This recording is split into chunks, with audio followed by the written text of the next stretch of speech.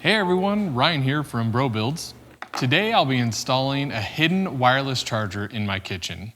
Our kitchen is where people usually end up charging their phones when they're hanging out at our house, and this is what the charging area usually ends up looking like. I have this spot at the end of my island that I thought would be perfect for installing a hidden wireless charger. And it'll probably make my wife happy because we can clean up the counter and turn it from this into this.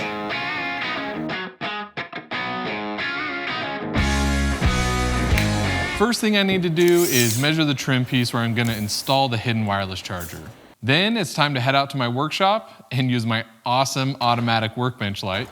First, I disassembled the chargers. I wanted as little material between the actual charger and the phones being charged.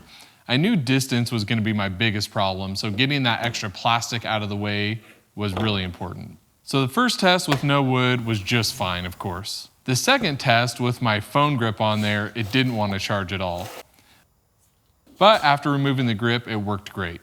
And then with the thicker piece of wood, it still worked. But 2 pieces was just too much distance from the charger to the phone.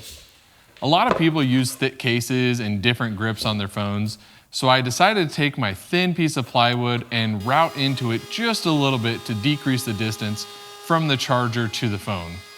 I did the routing first on a scrap piece of plywood to make sure that I wasn't going to damage anything and the plywood would still have enough strength to not just break when I was going to use it. That was successful, so then it was time to really start on the build. I cut a piece of pine and plywood to the same size. Then it was time to decide on placement. I basically wanted them centered from side to side and equal distance from each other. Then it was time for the most nerve-wracking part for me, routing that already super thin plywood.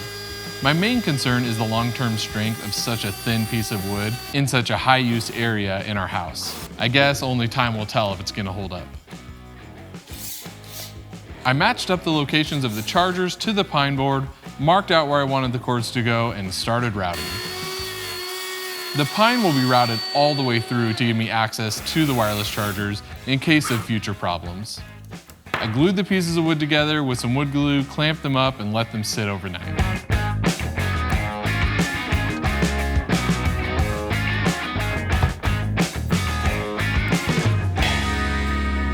The next day, everything looked great. No major gaps between the wood.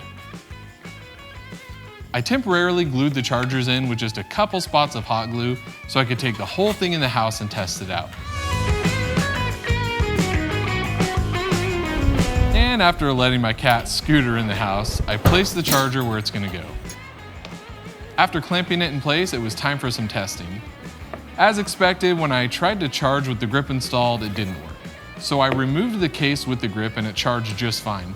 I also tried a thicker case and that one worked as well on both chargers. Then it was time to head back out to the shop and do all the finish work.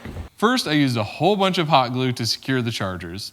I don't ever want those things to accidentally fall out. Then I sanded everything to make sure the sides were even and everything was ready for paint. Next, I used some wood filler on the edges to hide that transition between the 2 boards and make it look all like one piece. After the wood filler dried, it was time to make some notches to indicate, no, don't do the paint yet. Okay, there we go.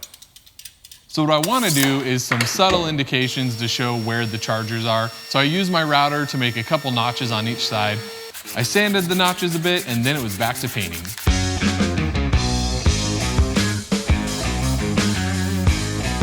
While the paint was drying, I went inside and removed the old trim piece.